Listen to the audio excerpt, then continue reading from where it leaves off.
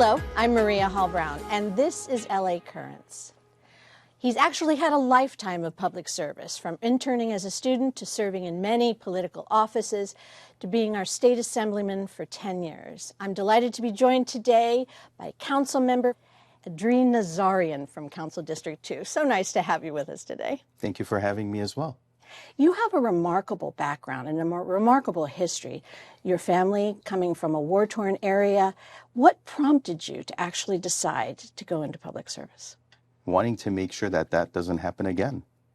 I guess the best line of making sure that you don't repeat mistakes or allow history to be repeated is to be active, actively engaged, and make sure you know what's going on around you so that you avoid those pitfalls or you ensure that it doesn't get repeated again. That's a lesson that my family and several generations in my family have learned over and over again, starting from the Armenian genocide all the way to now.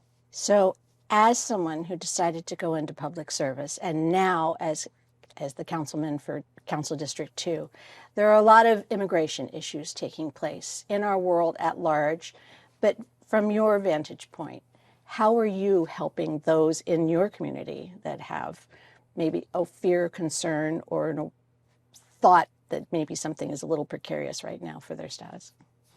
It's very critical to know the mindset of people who are impacted at times like this. And so first and foremost, it's fear and a sense of insecurity, that vulnerability that something could happen to them. Something can impact them, their living circumstances as they know it right now. Their children could be left behind. Hundreds of different thoughts run through individuals' minds. So the first and most important thing is to make sure that everyone feels that there's a safety net or some kind of a support system, resource center, programs that will offer them the support, the guidance, the blanket that they're looking for.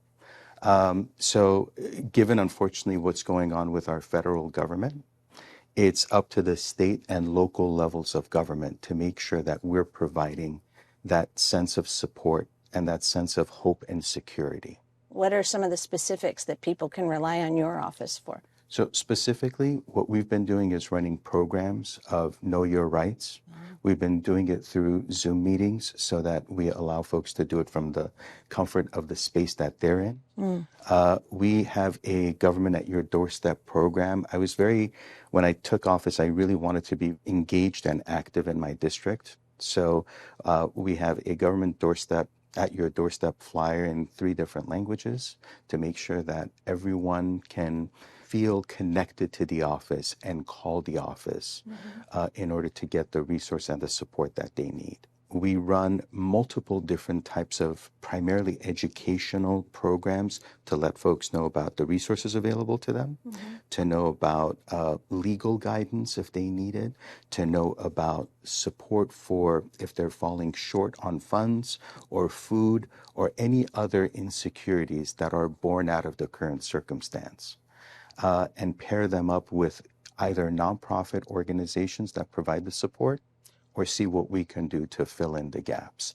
But a lot of it has to do with communication, whether at the doorstep or through phone calls or through social media or through mail campaigns. Do you have a sense of how people are feeling? What are some of the things you're hearing? Oh, it's a great deal of insecurity and fear. You see it on the soccer fields. I take my son to practice soccer once or twice a week. Well, he practices multiple times, but you cheer him on. I try to do it as much as I can. But, it was very different up until a year ago, even less than a year ago, where you would see crowds in the fields. You would see families actively involved, participating, keeping the parks busy. And it's not that way right now.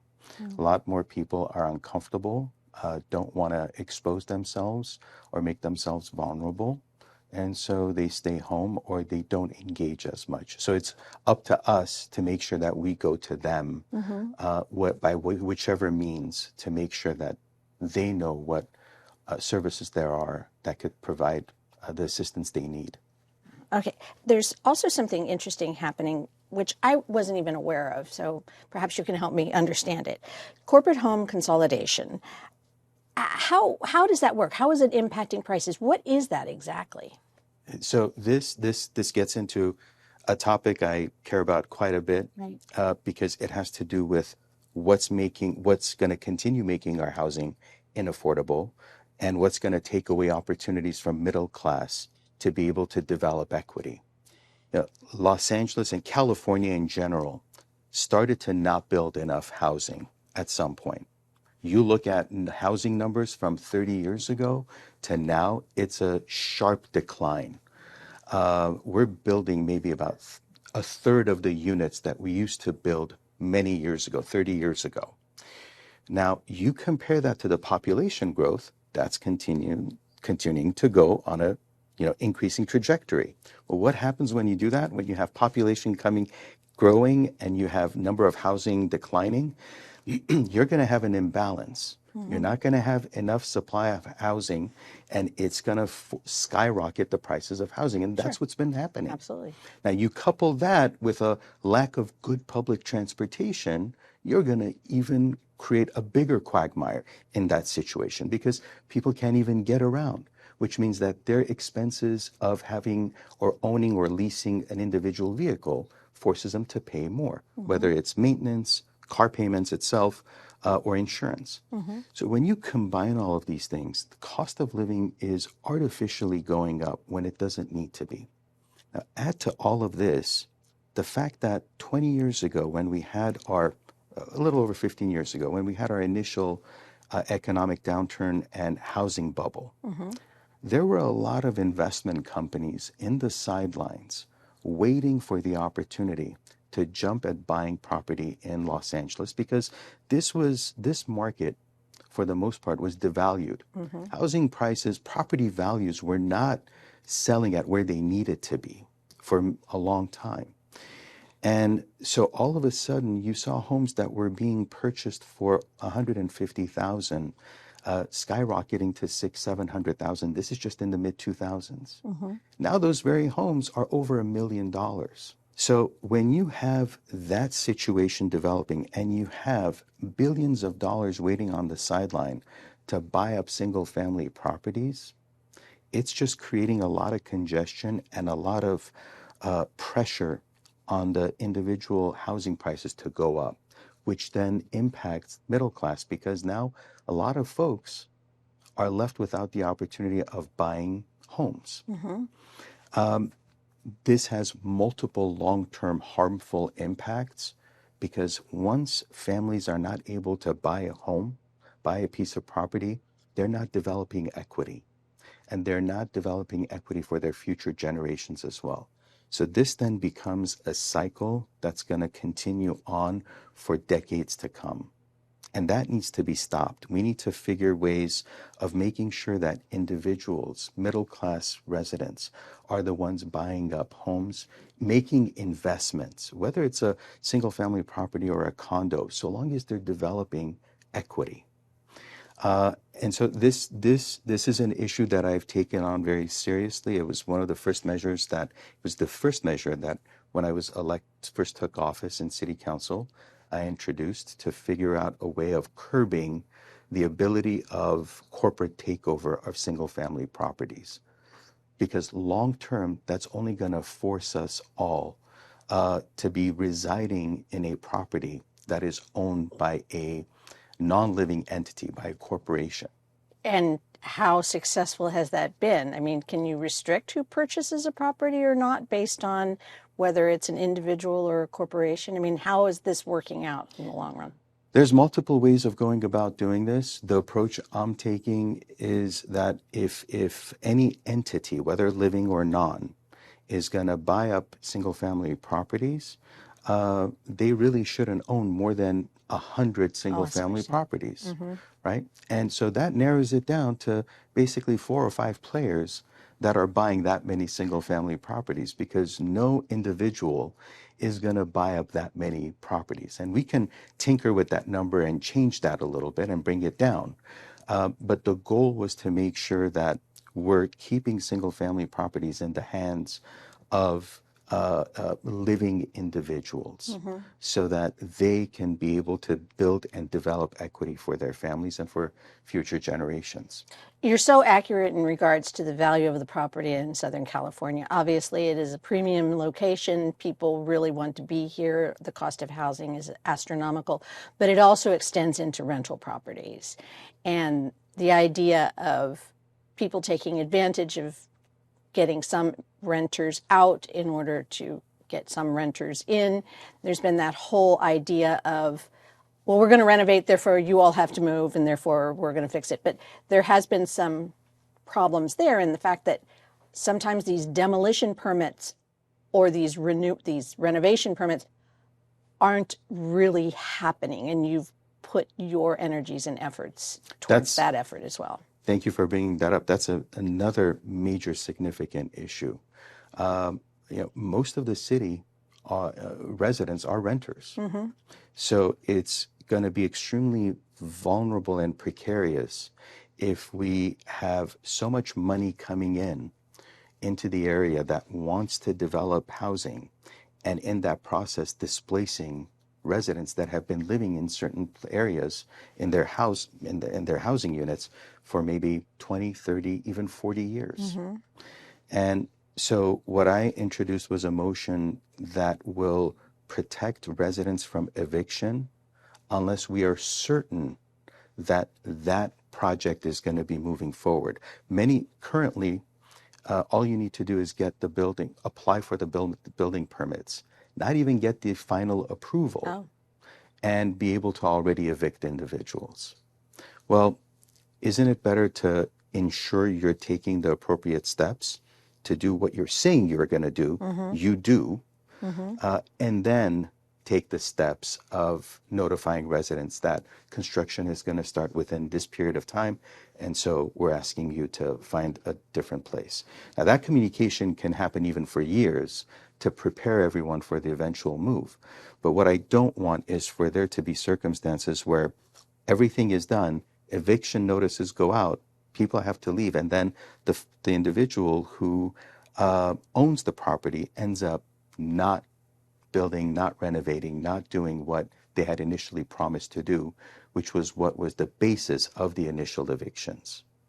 So I think we need to make sure that there aren't circumstances where this could be gamed or disrupt people's lives just for the benefit of a handful of individuals. You have such an interesting district because it really does, the scope and scale of the types of individuals, the types of properties, the types of businesses that are in Council District 2 literally run the gamut from, A to Z, 1 to a million. There's so many diverse issues in this particular district.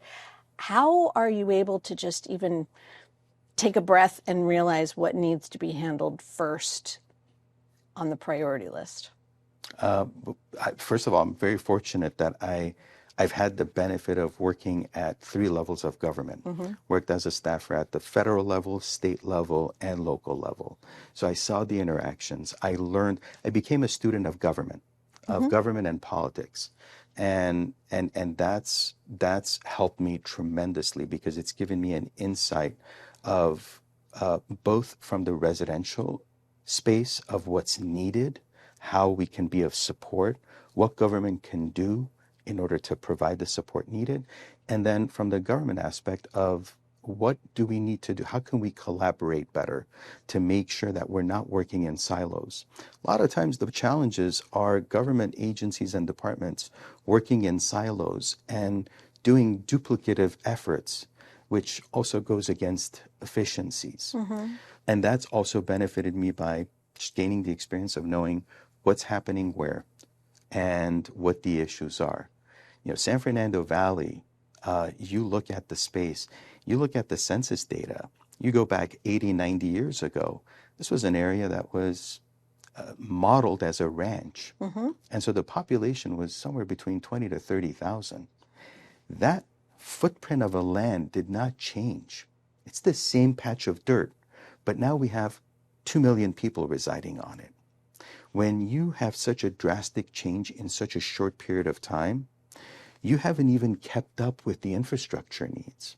So some of the most basic things is water lines, sewer lines, utilities, and then the utilities of, for example, educational programs, ensuring that with the population growth, there's enough schools and educational facilities to meet the needs of the growing student population.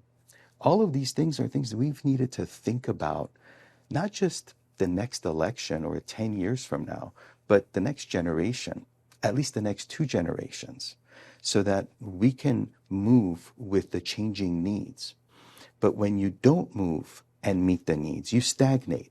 That's why we are where we are with transportation, with housing, with a lot of our utility systems as well. And you look at Los Angeles, we are utilizing 120-year-old technology with our lighting, electrical pole system. Most advanced cities around the world, or whatever is considered to be the second largest city of a country, especially a superpower in our circumstance, right, will not have above head or above ground electrical lines running. They'll have it all underground. So these are things that we've needed to make investments along the way as we were growing. Along those lines, however, I mean, when you're talking about transportation and you're talking about changing the electrical grid and all those upgrades, et cetera, they are A, expensive, and B, cause certain amounts of problematic time periods for people living through the construction. Is it one of those situations where we just have to, especially when it comes to transportation, light rail, messes with streets for a while, any kind of movement of electrical from above ground, underground, obviously you've got to dig it up. How can we, or how are you able to manage the expectations of the future along with the realities of price and inconvenience? Well, first of all, if you don't make progress, you're only going to stagnate and you're only going to make it difficult for the next generation. That's not how I want it to be. Sure. I'm raising 3 kids here, and I want them all to continue living in Los Angeles. I want them to be close to me. If I take that as a model, then they need to be able to earn a decent living. They need to be able to find jobs in the area. They need to also be able to afford to live in the area as well. So if I'm looking at that structure right there, that's my manifesto of making sure, what can I do to make sure and ensure that the next generation is able to live here and grow here and have a good future here. So that encompasses everything that we just talked about, from our electrical, water, to housing, transportation. And you are going to need to make those investments and put yourself under the constraint of expense, because you're making a down payment for the future. Right. And as you make this down payment right now, you're ensuring that the next generation is going to be able to continue having that life in Los Angeles that was promised to their preceding generations. Everything over time is going up. What you don't want is for it to go up so fast that it prices many people out. You want to make it available for as many people to participate as possible. And let's not forget, Los Angeles is a place of a lot of folks coming into the area to pursue entertainment. This is how Los Angeles grew. If we're going to make it difficult for people to come in, we're going to forego on the opportunity of having the talent that came with these individuals. Not just the talent of performing, but also the talent of wanting to leave the comfort of their family in another state, hundreds of miles away, maybe in another country, to pursue the dream. Because even if they end up not being in the industry, that raw talent is what puts us ahead of everybody else, because those are the attributes, that character, that strengthened the area, that allowed us to have people with grit and perseverance. And ingenuity and entrepreneurship and all the things that go along with it. And to that point, the tax incentives for the film industry are slowly starting to kick in, and I know that you've been very much a part of that. How are things going? What are you hoping for? And what are you seeing at this moment? Is it is there a shift? Have we hit bottom and starting to move back up when it comes to work coming back to the entertainment capital of the world and all of the things that support that, the restaurants, the hotels, all those things? I'm optimistic in seeing at least in the first wave of distributions that were made, and all the feature films, and especially a lot of the independent films that are going to be now shot in California and in Los Angeles. But there are also, we got to make sure that as the incentives are doing their work and their magic, and I'm very grateful to the governor for pushing this the way he did. But as that's happening, we got to make sure as a city, what are we doing to roll out the red carpet? Right. And to make sure that smaller productions aren't finding it difficult or onerous to work with the city, to work with Film LA, to work with the different departments and agencies. If there are inefficiencies because we have multiple duplicative requirements, well, then maybe it's time for us to look at that and shorten that to make the appropriate changes and adjustments needed. You know, back in the 60s, 70s, and 80s, we had the benefit of having the film industry entirely in Los Angeles. It was hard to do it elsewhere. But as technology advanced, it made it cheaper to do it elsewhere. So we need to continuously figure out how we stay competitive and fight against these other factors that are constantly taking filming away from us, and make it easier to continue filming here.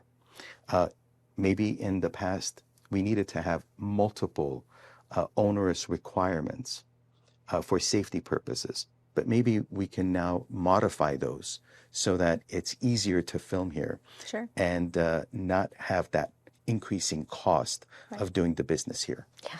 Taking the hassle out will always make it much more appealing to people. But you've spoken a number of times as we've been chatting about future generations, and obviously that is a huge priority for you, to the point in which you, as a state assemblyman, were part of the program of, starting savings accounts for young people, and you've kind of expanded that into your work here as a council member, but you're hoping that maybe you can merge them and get them robust so that people can take advantage of it.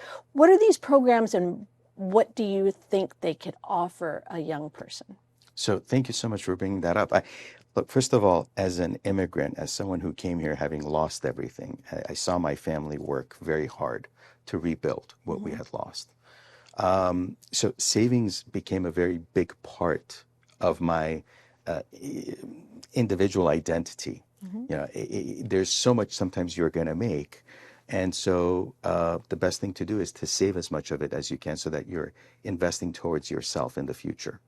So I early on started investing in 529 plans for my kids, even right as they were born, because I wanted them to make sure that they know that there's something for them to pursue college. Yeah. I wanted them to know that they have a backup. Something is there to tell them that we believe in you, we're invested in you, and you're going to do this. And I thought, well, why not do this for the entire state? We already have the 529 program in place. What if government was to come in, state government at the time I was in the state legislature, come in and say, if you invest in your family and put in a minimum of $5 into this plan, the state will match it and give you another $50. And through incentive-based, through Honey, try to invigorate savings.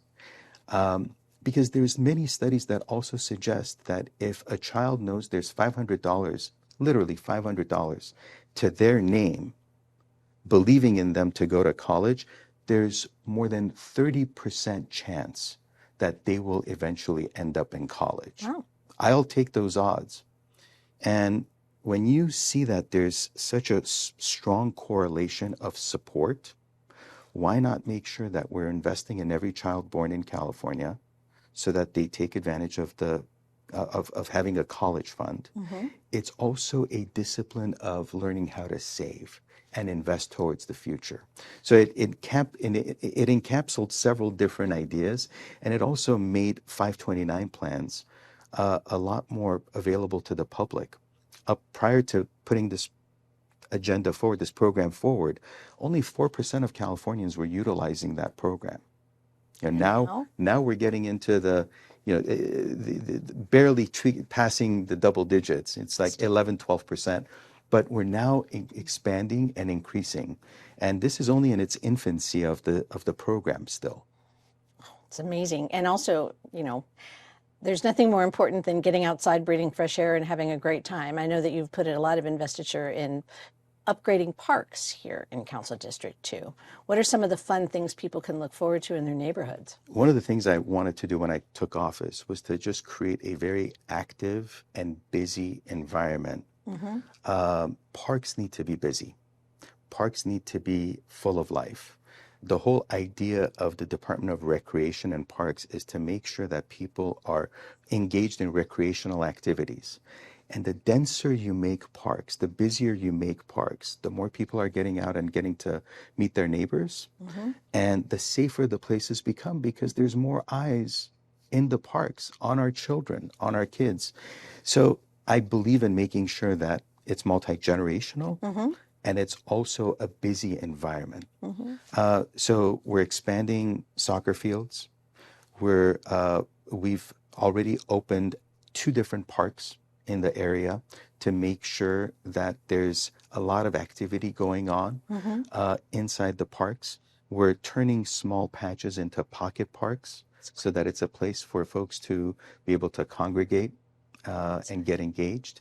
I want to make sure we have enough chess tables so that some of our more aging or senior members can get together and congregate in parks, and so that way the park also becomes multi-generational. Small things like this create a spin-off opportunity for things to grow. And my goal is to make sure that we're making parks as utilized as possible and as available to as many people as possible.